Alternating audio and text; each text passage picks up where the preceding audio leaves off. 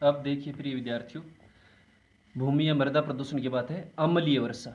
देखिए अम्लीय वर्षा क्या होती है, यानी होता कि अम्लीय वर्षा में, जिसको एसिड रेन कहते हैं, कि विभिन्न उद्योगों में देखें तो विविध उत्पादन क्रियाओं से, यानी बहुत सारे जो उद्योग हैं उनमें जो उत्पादन क्रिया होती है उससे क्या होता है, carbon dioxide CO2, sulphur dioxide SO2 तथा नाइट्रिक ऑक्साइड NO2, ये जो गैसें होती हैं वायुमंडल में जल वाष्प और वर्षा के पानी से मिलकर अम्लीय अवस्था में आ जाती हैं। यानी इस प्रकार की गैसों का, हानिकारक जो गैसें होती हैं उनका विभिन्न उद्योगों में क्या होता है, उत्सर्जन होता है।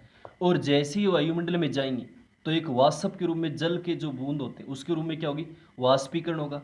और जैसे ही वर्षा का होगा, वर्षा होगी, तो उसमें जल जब धरातल तक पहुंचेगा तो वह कौन सी अवस्था में आ जाती है, अम्लीय अवस्था में आ जाती हैं। और वह वर्षा जिसके पानी में गैसें मिल गई वो वर्षा क्या कहलाती है, अम्ल वर्षा या एसिड रेन कहलाती है। दोबारा से देखिए, बहुत अच्छा प्रश्न है कि अम्लीय वर्षा किसे कहते हैं। कि विभिन्न उद्योगों में देखें, यानी औद्योगिकरण जैसे जैसे बढ़ा है तो उद्योगों में देखें जो उत्पादन क्रिया बढ़ रही है, और उन उत्पादन क्रियाओं से देखें तो लगातार उद्योगों में जहरीली गैसें कौन सी निकलती है, carbon dioxide SCO2, sulphur dioxide SO2 अथवा नाइट्रिक ऑक्साइड NO2। इस प्रकार की जो गैसें वो वायुमंडल में जल वाष्प, यानी जल का जो वाष्पीकरण होगा उसमें वाष्प के रूप में, और जैसे ही वर्षा होगी तो वर्षा के पानी के साथ मिल जाती हैं। यानी जैसे ही पहली बरसात होगी, ये गैसें जल में मिल गई तो वो जल कौन सी अवस्था में आ जाता है, अम्लीय अवस्था में आ जाता है। और वह वर्षा जिसके पानी में ये गैसें मिल जाती हैं वो कौन सी वर्षा कहलाती है, अम्ल वर्षा कहलाती है, या उसको एसिड रेन कहते हैं। तो ये है अम्ल वर्षा। यानी होता क्या है, जब औद्योगिकरण बढ़ेगा तो उद्योगों में जो उत्पादन क्रिया बढ़ी और उसमें कौन सी गैसें निकलने लग जाती हैं, carbon dioxide CO2, sulphur dioxide SO2 तथा नाइट्रिक ऑक्साइड NO2, ये गैसें वायुमंडल में देखें तो मिल जाएंगी और जल का वाष्पीकरण होगा, जल वाष्प के रूप में ऊपर उठेगा। और जैसे ही बारिश होगी तो बरसात के पानी के साथ ये मिलकर कौन सी अवस्था में आती हैं, अम्लीय अवस्था में आ जाती हैं। और वह वर्षा जिसके पानी में गैसें मिल गई वह वर्षा कौन सी वर्षा कहलाएगी, अम्ल वर्षा कहलाती है। तो ये है अम्ल वर्षा। उसके बाद देखें अम्लीय वर्षा के कारण। देखिए पहला, देखिए क्या क्या कारण, बहुत अच्छा प्रश्न है, 2 नंबर का आ सकता है कि अम्लीय वर्षा के कोई 4 कारण लिखिए। ऑटोमोबाइल, यानी ऑटोमोबाइल का जो क्षेत्र है, कोयला है या जल विद्युत संयंत्र है, उसके कारण वातावरण में बनती है। यानी ऑटोमोबाइल में जो कारखाने, बड़े उद्योग हैं, या कोयला जलाया जा रहा है, या जल विद्युत के जो बड़े संयंत्र हैं, उनके कारण ये गैसें किसे मिल जाती हैं, वातावरण में मिल जाती हैं या बन जाती हैं। दूसरा देखें, ताप शक्ति ग्रह बड़े लगाए गए, वहाँ पर बिजली उत्पन्न करने हेतु भारी मात्रा में क्या जलाया जाता है, कोयला जलाया जाता है। यानी बड़े विद्युत ग्रह हैं जहाँ बिजली से क्या बनाते हैं, कोयला बनाते हैं। तो ऐसे ताप शक्ति ग्रहों पर देखें तो बिजली उत्पन्न करने के लिए भारी मात्रा में देखें या अधिक मात्रा में देखें तो कोयले को जलाते हैं। और कोयला जलाने से उसकी जो गैस है वो क्या होती है, ऊपर फैल जाती है वायुमंडल में। तीसरा देखें, खनिज तेल शोधनशालाएँ, यानी खनिज तेल शोधनशालाएँ होती हैं, उसमें देखें तो खनिजों को शुद्ध करते हैं। तो इस प्रकार की तेल शोधनशालाएँ हैं जहाँ एसु तेल को शुद्ध किया जाता है, तो उनसे भी क्या होती हैं, गैसें वातावरण में मिल जाती हैं। चौथा देखें, स्वचालित वाहन या स्वचालित वाहन चलने वाले, उनसे भी वातावरण मिलती हैं। पांचवा देखें, जीवाश्म ईंधनों के अत्यधिक दहन से, जीवाश्म ईंधन यही होगी, कोयला, पेट्रोलियम, लकड़ी जो जलाते हैं, तो उसके ज़्यादा जलाने से भी कार्बन डाइऑक्साइड वगैरह गैसें क्या होती हैं, वातावरण में मिल जाती हैं। और जब वर्षा होगी तो उसमें अम्ल की मात्रा क्या हो जाती है, अधिक हो जाती है, और अम्लीय वर्षा होती है उसके कारण। तो ये है अम्लीय वर्षा के कारण 4। दोबारा देखिए, क्योंकि 2 ही नंबर का पाठ है अपना ये, पर्यावरणीय प्रदूषण समस्या और समाधान, तो उसमें ये प्रश्न आ सकता है कि अम्लीय वर्षा के कोई 4 कारण लिखिए। कि ऑटोमोबाइल, कोयला या जल विद्युत संयंत्रों के कारण वातावरण में बनती हैं। यानी ऑटोमोबाइल से निकलने वाली गैसें, कोयला जलाने से, या जल विद्युत संयंत्र उसके कारण ये क्या होती हैं, वातावरण में बन जाती हैं।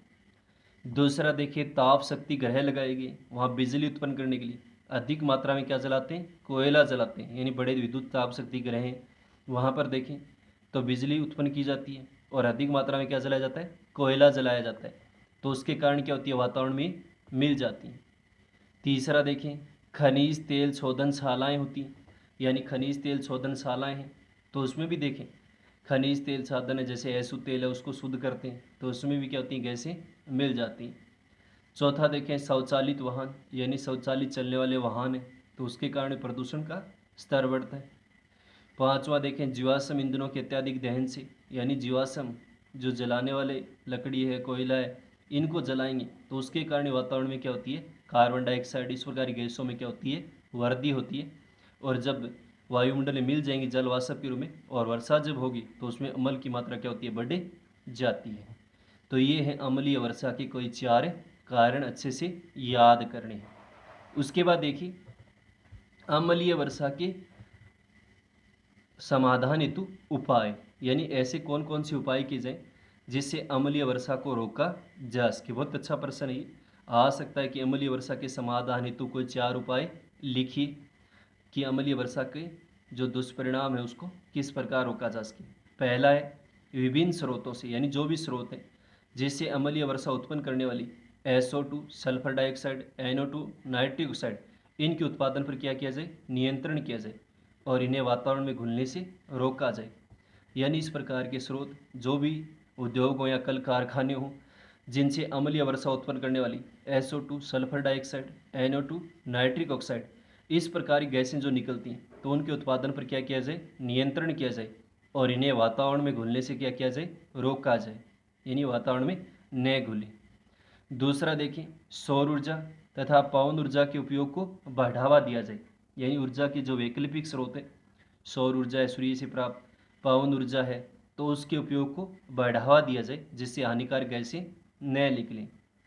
व्यक्तिगत वाहनों का प्रयोग कम किया जाए तथा वाहनों की समय समय पर जांच करवाई जाए, यानी व्यक्तिगत वाहनों का प्रयोग कम करें, अधिक से अधिक पैदल चलें या सार्वजनिक साधनों का प्रयोग करें जिससे कार्बन डाइऑक्साइड गैसें वगैरह वातावरण में न घुल सकें।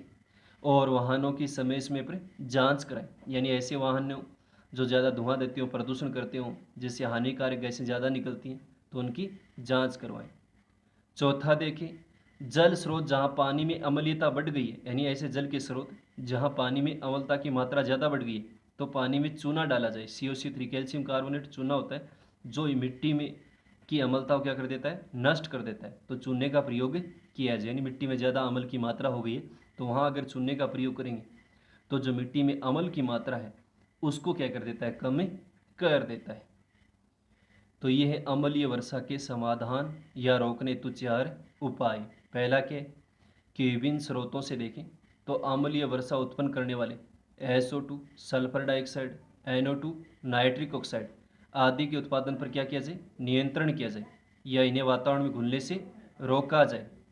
दूसरा देखें, सौर ऊर्जा और पवन ऊर्जा के प्रयोग को बढ़ावा दिया जाए, यानी ऊर्जा के जो वैकल्पिक स्रोत है, सौर ऊर्जा है, पवन ऊर्जा है, उसको बढ़ावा दिया जाए।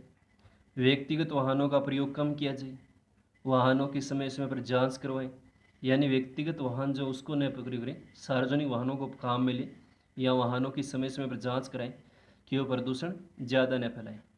चौथा देखें, जल स्रोत जहाँ पानी में अम्ल की मात्रा ज़्यादा बढ़ गई वहाँ पानी में चूना वगैरह डाल दिया जाए, जो मिट्टी में अम्ल की जो मात्रा है उसको क्या करें, नष्ट करने हेतु चूने का प्रयोग किया जाता है। यानी इस प्रकार अम्ल की मात्रा बढ़ गई है तो वहाँ अगर चूना डालेंगे मिट्टी में, पानी में, तो अम्ल की जो मात्रा है मिट्टी में उसको क्या कर सकता है, कम कर सकता है। तो ये है अम्लीय वर्षा के समाधान हेतु उपाय।